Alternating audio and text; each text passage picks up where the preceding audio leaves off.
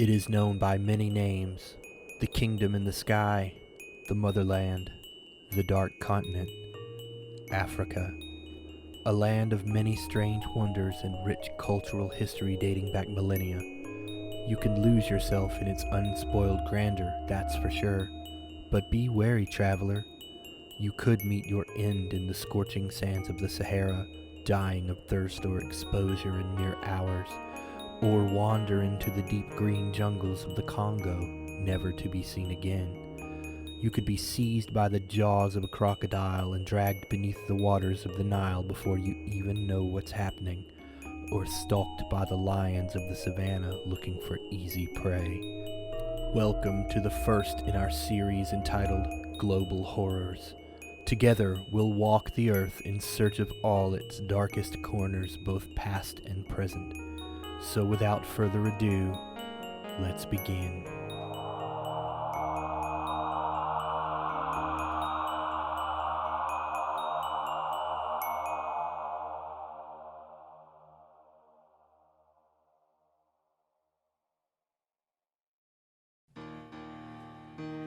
Story number 1. Rubber. The Congolese are the indigenous people of what is today known as the Democratic Republic of the Congo. Plagued by invaders from as far back as the Portuguese slavers of the early 1500s, they have faced more than their fair share of turmoil. But one of the worst has to be the evil visited upon them by King Leopold II of Belgium. In 1885, a company by the name of Abir Congo Company, operating under the auspices of European powers and run by King Leopold II, colonized this region, and the king declared it his own private property. He renamed it the Congo Free State. What followed is one of the most extensively documented but little remembered atrocities in history. Thanks in no small part to the invention of the automobile, the demand for rubber during the dawn of the Industrial Revolution was at an all-time high. The sap of the Hevea tree, through a process called vulcanization, could be converted to rubber. It was just a matter of extracting it. King Leopold enslaved the Congolese for this purpose. Those he didn't turn into laborers were recruited into a private army known as Force Publique. These men were forced to control the workers, many of whom were their neighbors, friends, and loved ones, through violent coercion. If you didn't meet your rubber quota, a member of the Force Publique would chop off your daughter's hands. Miss your quota again, and they would chop off one of yours, leaving you with one good hand to continue collecting rubber for the state. This practice became the hallmark of what would come to be known as the Red Rubber System, an innocuous name for a gruesome regime. Naturally, many Congolese people resisted their enslavement. As a result, entire villages were burned to the ground. Those that survived were executed and left to rot in the ashes of their former homes. The ranks of the Force Publique, some being wards of the state themselves, were not trusted to use their ammunition wisely and were instructed to produce one hand for each bullet fired to show they were enforcing Leopold's system efficiently and not using their bullets to hunt for food for themselves or their families. This, of course, led to further mutilations if a soldier needed more than one shot to get the job done. Due to numerous deceptions by King Leopold, his reign continued unimpeded for years without outside intervention until a Christian missionary by the name of George Washington Williams published a letter to Leopold himself, as well as another letter that would be distributed to numerous world leaders, in which he described the conditions he saw in the Congo as, quote, crimes against humanity, thereby coining the term. This sparked an international outcry that would eventually lead to Belgium formally annexing the territory in 1908, ending a 23-year reign of terror for the Congolese people.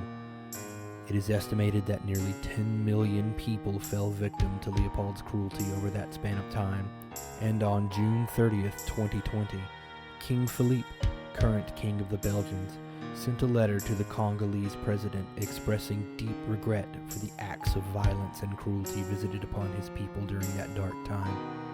but his apology must have rang hollow to the Congolese people, as he made no mention of King Leopold in his writings. If you want to learn more, a fascinating book about the subject was written by author Adam Hochschild called King Leopold's Ghost, a story of greed, terror, and heroism in colonial Africa. It goes into much greater detail than I do here. Another book is called Red Rubber by E.D. Morel. It was written in 1906 and is widely considered the seminal work on this topic.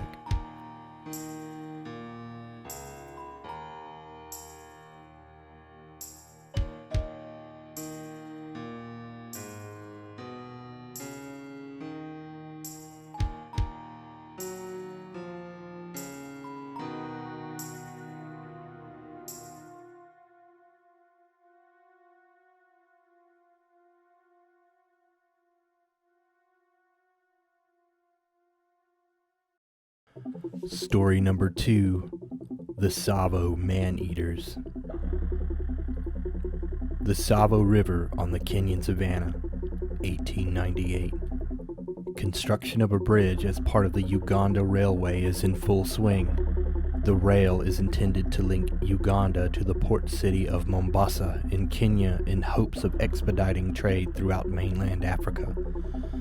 Dubbed the Lunatic Express by its critics due to its astronomical cost in relation to its perceived utility, it was beset by tragedy within a week of the arrival of its newest project manager, John Henry Patterson. Patterson had seen his share of troubles serving as a lieutenant colonel in the British Army, but nothing could prepare him for what lay in wait just beyond the perimeter of the worker encampments.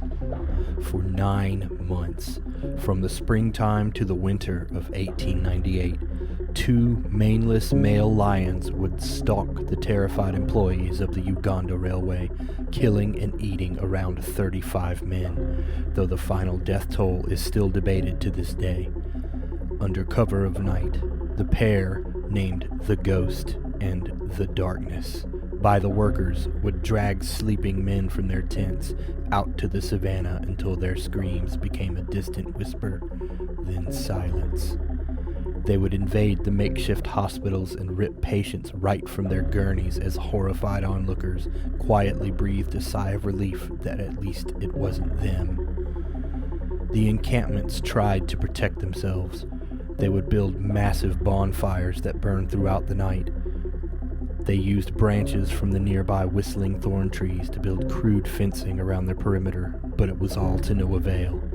The lions always found a way to breach the camps, the flames illuminating their wild eyes as they dragged another victim to their gruesome death.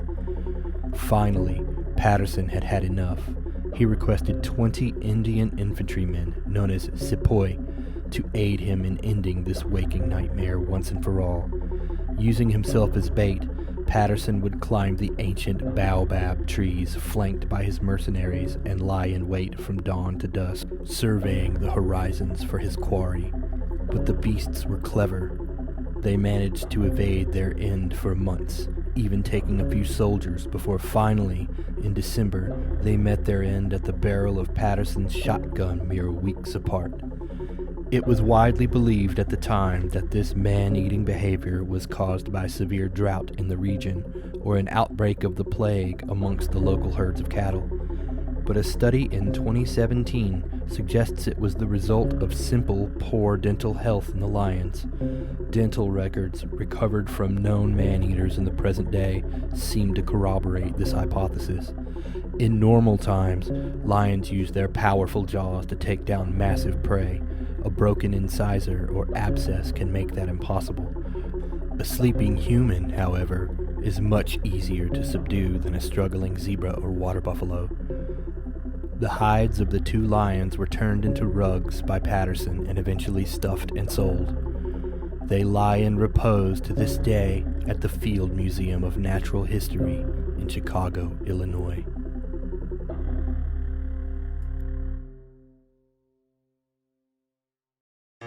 Story number 3, Ebola.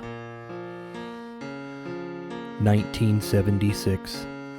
Workers at a cotton mill near the village of Nzara in the Democratic Republic of Congo are calling it a day. As they file out of the factory, some of the men form groups to make small talk and smoke cigarettes.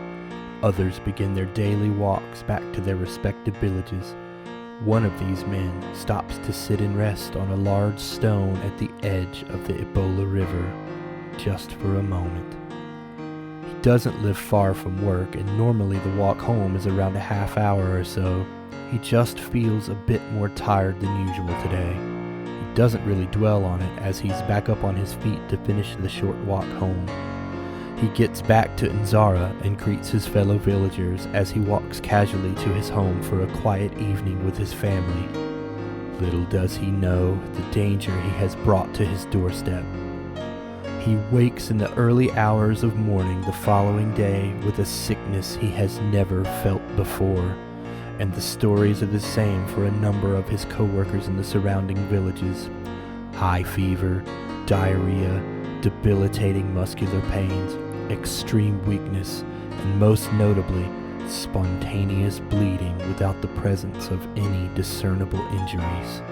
As blood pools in the eyes and out of the pores of its victims, doctors and nurses are dispatched, and before long, they will become its primary vector of transmission. Within weeks, all the originally infected men are dead, and the virus, now dubbed Ebola, has ravaged the ranks of the medical community, where we discover how efficient and terrible it truly is. Scores of doctors and nurses fall ill.